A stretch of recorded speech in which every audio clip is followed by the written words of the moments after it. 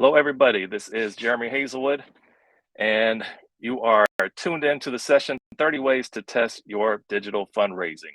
So, first of all, I just want to say thank you all for taking time out of your schedule. I know there's a lot of sessions going on right now with N10. There's a lot of great content out there. So, thank you for taking a few minutes here with me.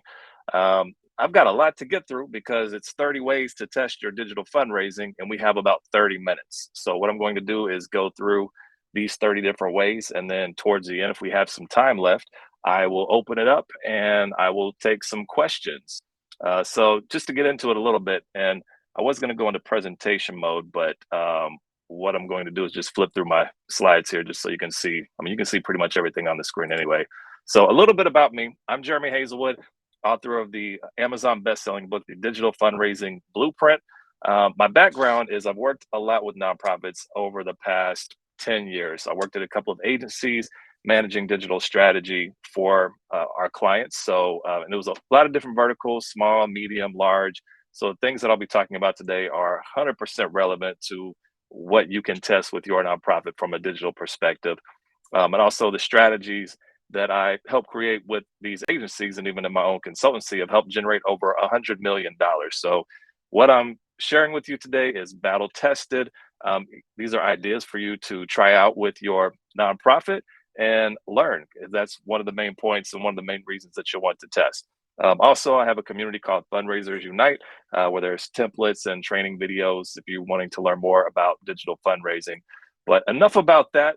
Time is short, so let's jump into the content here. First of all, let's talk about why test.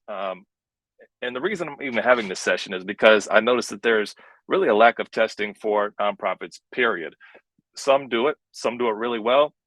A lot don't do it at all. If I had a poll here, I would take a poll and see how many of you actually test versus don't test. And when I say test, it could be anything. It could be email, it could be your Facebook ads, Google ads, any of that kind of information.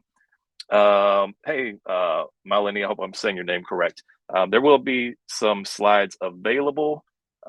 However, sorry, it's probably all right. And actually, I'm going to circle back to that. But if you have more questions, keep posting the questions, and I'll circle back and answer those here shortly.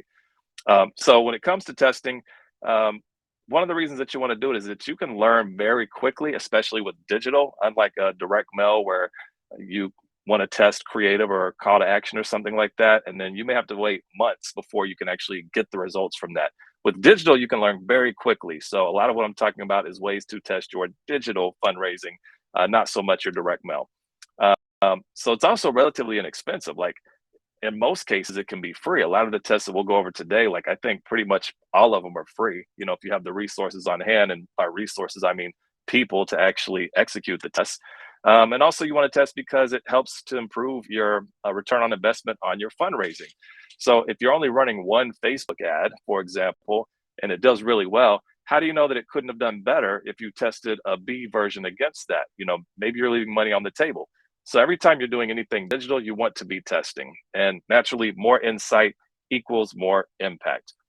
Okay, so here's what we're going to look at today. And this session was originally going to be 60 ways to test. So we're condensing it down to 30 minutes, 30 ways to test. And we're going to look at email. We're going to look at Facebook ads, search engine marketing, your donation page, and your home page. Now, each of these icons, as you'll see them, I'll have these up in the corner of the slides so you'll kind of remember, you know, which one we're testing. And if you get lost, like just shoot me a message and I'll look at it real quick and tell you what we're testing. And I'll try to be mindful to remind you of what we're testing anyways. But these are the areas that we're going to look at as we go through them. So we're going to go pretty quickly. Some of these, let me preface this by saying some of these you may already be doing. Some of these may sound very basic, but some of these might be a little more thought starters for you. And it might spark some ideas on things that you're not testing, but want to consider testing for your digital fundraising. All right, so let's get to the first one. And this one is like basic, like this is email, time of day and day of week. And this actually might be, if anyone is testing anything right now with email, it's most likely this one. And what you'll want to do is actually, I put this as a twofer because testing time of day is a test and testing the day of week is a test. So I'm actually giving you 31 different tests that you can do. But time of day, you know, so if you generally send on like a Thursday at 2 p.m. and you've established that as your normal rhythm for your email, split your file in half and send that same email, same headline, same everything, but do it instead of at like 11:30, if that's when you normally send, at 2 p.m. or 4 p.m. That way you can get some information as to whether people open them at different times or donate differently when they send them at different times. Also, you can do this with your day of week. So if you normally send on a Thursday at 10 a.m., send it on a Tuesday at 10 a.m. or on a Wednesday at 10 a.m. So we only want to change one factor at a time. So if you are doing if you are testing different times of day, you only want to change the time of day. Everything else needs to be exactly the same. If you're only testing the day of week, the only thing that you want to change is the day of week. Everything else would be the same. Okay. So that's 2 tips. Another one that you may want to test is the sender name. And if you get lost of how many tips we're going through, I do have it up here in the corner. We're on tip number 2 or test number 2, sender name. And with the sender name, an interesting thing about this is a lot of nonprofits use their nonprofit's name as the from name, and that's okay. I'm not saying not to do that. What you may find though is that if you switch it up every now and then, or test against um, maybe it's the CEO or executive director or fundraising director, if you put their name as the from name, you may see an increase in your open rates. Now, something like this could also work in the short term because people are used to seeing it from your organization's name, and now they see a person's name, and they may not tune it out if they're used to seeing your emails, and that actually may cause a temporary boost in your open rates. Um, I would suspect that that probably will happen. So if you are going to test a change of name, you may want to test this over time and see if people respond differently to the name versus the organization. Okay, let's go to the next one. This is just filled with emojis because that's what we're testing on this one. If you haven't tested emojis in a subject line, test that and see if it works. And I don't mean just emojis. So let me give you an example. Like if, let's say it's Giving Tuesday. This is very basic. Okay. So let's say today is Giving Tuesday, and that's one of your headlines or subject lines for your email.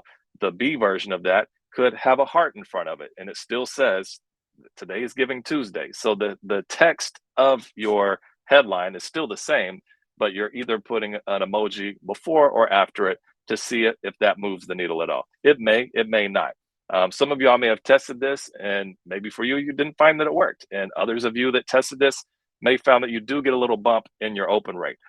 When it comes to email, like the important thing for sure is making sure your emails are open and whatever you can do to get that email open, because people can't even see your offer or have the opportunity to donate if they don't first open the email. So whenever I go through testing and I'm talking to clients about testing, before we even test anything inside of the email, like the copy of the email or anything like that, I want to test what's getting people to open it. And that's what these first few tips are taking a look at. The next one is the pre-header. And I have this kind of faded in the background here, so I use my mouse. And this is not from a nonprofit. This is actually from Facebook for an ad that I submitted.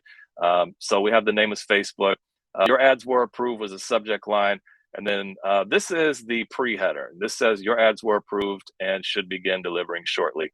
And I'm only using this to show you an example of where the pre-header falls within an email within the inbox. And I believe that this was actually taken from my phone. Yeah, it looks like this was taken from my phone. So if you think about it, as people are scrolling through, deciding what they're going to open on their phone or even on desktop, they look at who it's from, they look at the subject line, but they also look at this pre-header, which is that little bit of text that occurs right underneath the subject line. So you can test this as well. So if you're testing, if it's a different call to action that you want to put in your pre-header, or you see this one here, it actually cuts off. Your ads were approved and it's ... So I would also recommend you look at those pre-headers, make sure it doesn't cut off unless you want to have some kind of mystique around it that lets people, it creates a reason to see, oh, what's the rest of the sentence say? And it causes people to open it up. So you want to look at that a little bit. I see questions coming in. I will address those here shortly. I want to make sure we get through the content, but please keep the questions coming over there. Okay, tip number 5 is capitalizing the first word. And I don't mean to use this loosely. There's specific instances in which you would do this. For example, If there's a piece of content like a blog post or a video, um, that would probably be the main reasons. Or if you wanted to have the word urgent. Now, if you capitalize too many words, then that will definitely hit a spam filter, or most likely hit a spam filter, and may not be delivered. It may be delivered to the spam folder. So what it would look like is, if you have a really good video, or a video that you're promoting, or a blog post, instead of putting, read our latest blog, the first word would be blog in all caps, and then a colon, and then maybe what the blog title is or something like that. And just seeing if capitalizing, so video, capitalizing the word video with, and then put the name of the video after that in regular text. You're not capitalizing the name of the video. You're not capitalizing the name of the blog. You're just that first word to really draw attention and let people know what's inside of the email. So test that versus an email that does not include that kind of language. Okay. The next one is only text. And this is actually once we're inside of the email, and testing an email that has images on it.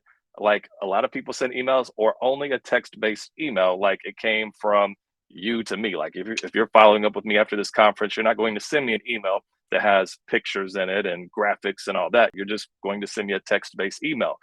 Next After has done some great research on this and have found that the text-based emails actually perform better with their client base. This may be the case for you. I can tell you that when I have tested this, it has performed better than emails that are designed. However, I haven't personally tested this over long term. I've tested it to switch up the rhythm a little bit of how email or fundraising campaigns would go. So this could be something worth testing, especially if we're looking to generate a higher return from our email. So try just a text-based email that looks like it came from a person to a person, and not from an organization to a person. Okay, the next one that I would test, number 7, we're still inside of email, is removing social icons. And I keep saying a lot of nonprofits, and so forgive me if that annoys anybody, but this is what I find to be true from my experience with working with an array of nonprofits. So many nonprofits will have like a base template for their emails and a base footer for them, and the footer of the email may include social media icons. Now, if this is a fundraising, well, if this is an affirmation or e-newsletter, that's fine. Like, keep those in there. But if it's a fundraising email, I would strip away anything that is going to take attention away from raising funds. So if you have your Facebook icon in there, or your Instagram icon in there, then people may actually click on that to go to your Facebook or Instagram page instead of clicking on that donate button. So it takes the attention away a little bit. Even though it's in the footer, it gives your donors an out, and we don't want to give them an out. We want to keep their attention, keep them focused on the path and what we've built our campaign around. So test this, see if you notice a difference within your emails, if you remove the social media icons versus keeping them in there. Again, these are all ideas to test. And if you're looking for ways to improve your online fundraising, give these a try. Okay, number 8. This is controversial, and this, I don't know, we may see the comments go crazy with this one, because I've had so many discussions over the years about this, and that's including a donate button in cultivation email. So if you're sending an e-newsletter, or just an update, there's this debate of whether or not to include a donate button. And some people say don't include a donate button because we don't always want to look like we're asking for money. And I hear that, but I don't necessarily agree with it. I believe that you're a nonprofit. The people receiving it knows that you're a nonprofit. In many cases, they're already supporting you. Your email content is not asking for a donation. However, you do want to make it easy for them to make a donation. So whether you use a donate button, or if you use a link in the footer, provide a way for people to make a gift if they want to. The content of the email isn't about giving, but maybe someone's got an email, and maybe someone has gotten a direct mail piece, and they just haven't remembered to make a gift. But here comes this e-newsletter dropping in their inbox, and there's a donate button. Oh, I've been meaning to give. Let me go ahead and give. So test it out. See if that works for you. And I would love to, I'd love to have like a whole discussion, like roundtable about that, because it's really interesting for me to hear different perspectives. Okay, so now you can see the icon. We have shifted. We are off of email. We've got about 15 minutes left, and I've got about 20 more tips to get through. So I might have to go a little faster on some of these. So we're now in Facebook ads. And some of this is pretty simple. It's testing different age groups. I actually taught a class last night at Georgia State University about online fundraising, and they had a project. They had to put together a digital fundraising campaign. And one of their goals was, or one of their things that they had to do was talk about your target audience. And it was interesting to me to see the wide range of age groups. Some would say 25 and up, some would say 50 and up, some would say 60 and up.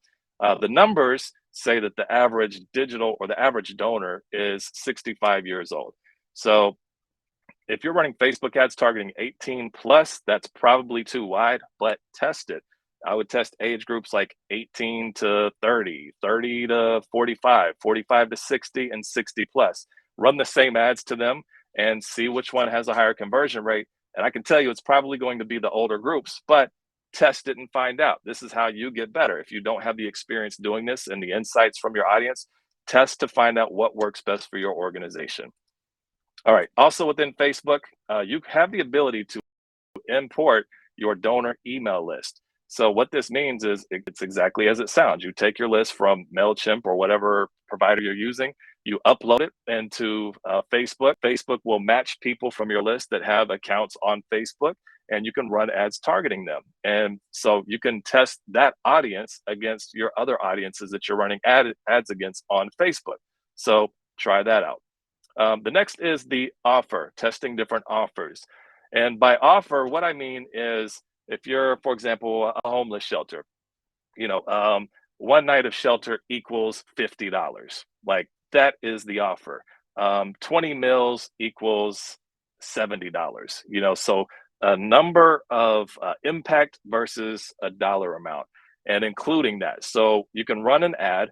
We'll go with like a homeless shelter example. You run the same image, the same copy in it, but maybe the headline says $50 equals and whatever that equivalency is. And then you could test this many ways. You could do $50 equals in a different equivalency. Could be nights of shelter. It could be meals. So you learn what resonates best with your audience. Or it could be like $50 equals meals and 70 equals more meals, you know, and seeing which one of those interactive or which one of those converts the highest. So there's a few ways that you can test the offer on Facebook. But again, keeping everything the same except for the offer. You don't want to change the image and the copy and the headline, because how will you know which piece of that actually caused you to win that particular test? You really won't know unless you only change one thing at a time. Okay, next thing I'll show you is a link shortener. And again, this is kind of buried in the background of my slide here. And this is not a nonprofit example, but it doesn't matter because it's relevant to nonprofits. And I've seen this work with my nonprofit clients.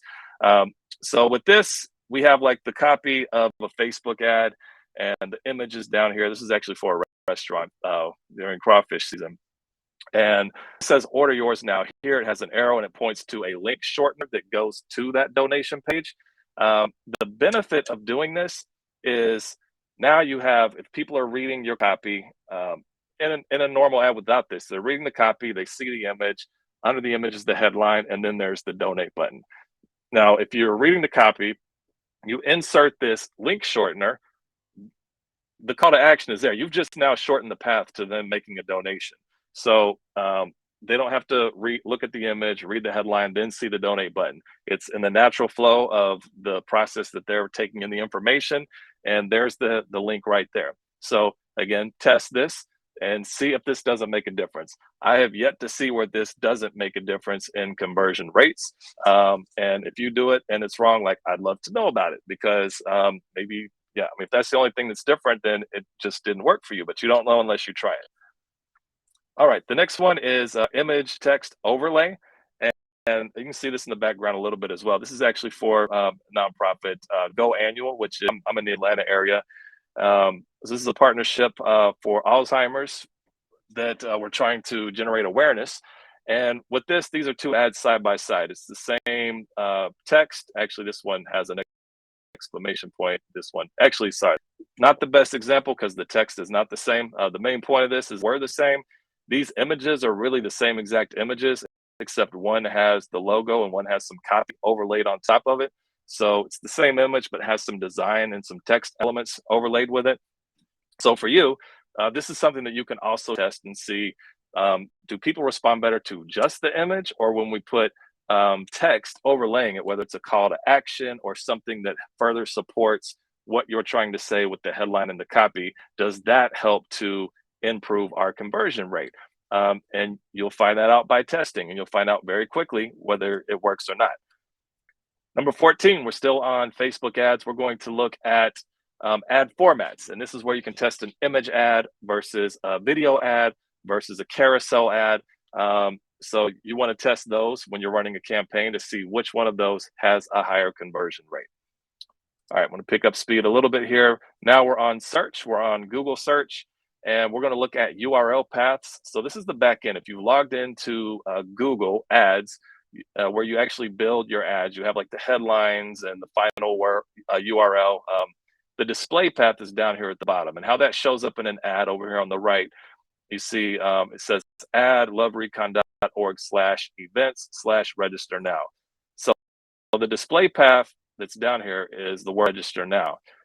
If you don't add anything to this, it will just be your nonprofit /org. But when you have URL paths, it lets the people that see the ad, it gives them a little more information of what to expect on the other side of that URL. And so you can test this during campaigns and see if it helps you to generate more campaigns. If it's a specific item that you're funding, like Nights of Shelter or meals, it could say donate/meals or donate/shelter. And you can see which one of those would actually generate more revenue for you. Okay. Calls to action on Google Ads. That would be testing things like subscribe today or sign up for our e-newsletter. You could test those two in a Google ad. You can test give today, donate now. These kinds of calls to action. You can have everything else in the ad the same, but just change that call to action and see what helps to move the needle. All right, we have several more to get through here in about 5 minutes. So here goes, the speed round in Jeopardy. You can test the headlines in your Google ads. This one is Whole World Improv Theater, providing laughs since 1984. This one is Whole World Improv Theater, Atlanta's funniest improv. So testing the headlines, see which ones have a better response. The next thing you can test in your Google ads is the donation ask. So if you have everything to say the same, you could put donate $10 today, donate $50 today, donate $100 today. Everything else is the same, and see which one has a higher click-through rate, which one generates the more gifts, and which one generates the most revenue. Okay, ad description, we're still within the Google ads. If your headlines are the same, your calls to action are the same, changing the description, which is all the text within the ads, and modifying those, just those pieces can, that's something that you can test to determine. It helps you to hone in on what language you use and what language your audience responds better to. All right, now we're moving to your donation page. And one thing that you can test is adding a security or logo icon to your page to let the user know that it is a safe website to donate on.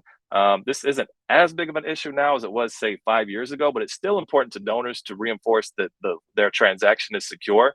But with this, you can test a version of your page that has this icon or language around security and test it against a version that does not have this language included in it, and see if that causes more people to give on your donation page.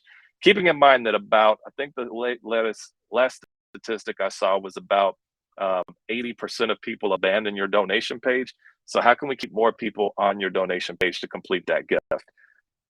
On your donation page, you can test video versus an image. Now, I haven't seen, video used to win out several years ago, but now, like, I've seen that images outperform videos in terms of keeping people on the page and getting that conversion rate.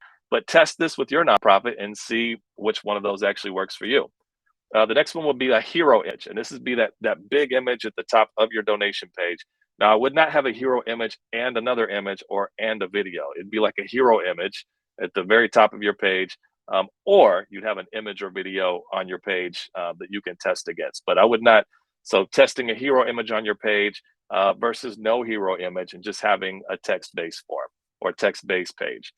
One other thing you can test on your donation page is most popular gifts. So you have different gifts amounts. So if you have the ability with your donation software to do like a 30, 45, 60, and you see this says most popular, you can do that and see if influencing that by saying this is the most popular, if that helps you to get more gifts that way.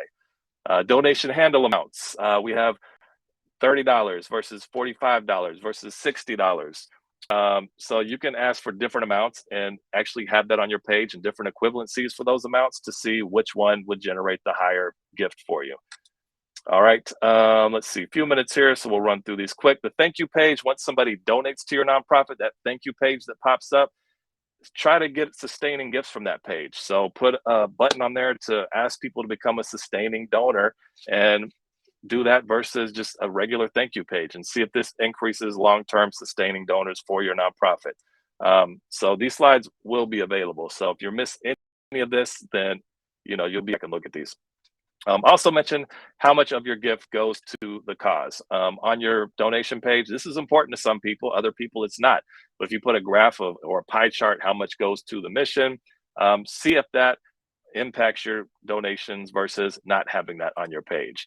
On your website, on your homepage, try using a campaign image. So if you're doing like a Giving Tuesday campaign, throw a Giving Tuesday image on your homepage. If you're doing another campaign in the summer, have that campaign on your homepage. Also on your homepage, donation button text. So if that donate button on your page, maybe it says give now or support us or donate now. So test the language on that donation button and see which one of those generates a higher amount of donations. 29, we have this one and one more to go. A like box. We have, this is when someone comes to your site, a little box will pop up and it's only focused on that. This example says Giving Tuesday match, and it has like a give now button on there. And these are important because you can't do anything else but either click the donate button or close that light box out. And I've seen these be extremely successful. If you're not using these, try these out, test this out, see if it works for your nonprofit in generating more revenue. The last tip here is to add a donate button at the bottom of your page. Try this out because you have the one at the top. Scroll down to the bottom, the donation button, and on many websites will not float on the page. People will scroll past it. So put it at the bottom and see if that will help you to capture more donation pages. All right. So that was like the quickest 30 minutes ever. I did get through all 30 tips. Some of them were rather quick. If you have more or have questions for me about it, here's ways that you can contact me. Hit me up on LinkedIn, Jeremy Hazelwood. I'm the only one on there.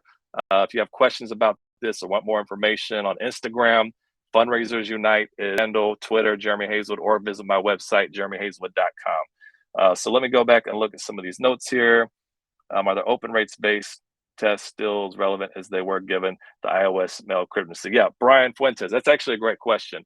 And yeah, I would say they are relevant. We know that Apple has certainly impacted open rates, but for the different platforms that are not Apple based, we can still get an idea of what's working and what's not. We may not have an idea of what the true open rate is, but we can have a sense of what's working and what's not. Let me see if there's other questions here. Found that when using caps, as mentioned in one of the early tips, be sure to use the style tag, span equals text. Thank you, Steve, for that. The one thing testing emails, you aren't testing apples to apples. Wrong people, wrong email tests. Yep, that's valid. Maureen, thank you for that. Oh, thank you, Maureen Taylor. Thank you. All right, we're at end of time here, so I feel like this was so rushed. Please submit feedback for me. This is actually my first time to speak at N10, so I'm really excited to be here. If I do this next year, it's going to have to be 20 tips to make sure we have more time to spend on it. But thank you for taking time out of your schedule today. I appreciate it. Again, if you have questions, comments, hit me up here. And I hope that you learned something from this. Go out, implement something today, tomorrow for your nonprofit, and let me know how it works for you. So that is all we have here. I guess I will kick it back over to the N10 people.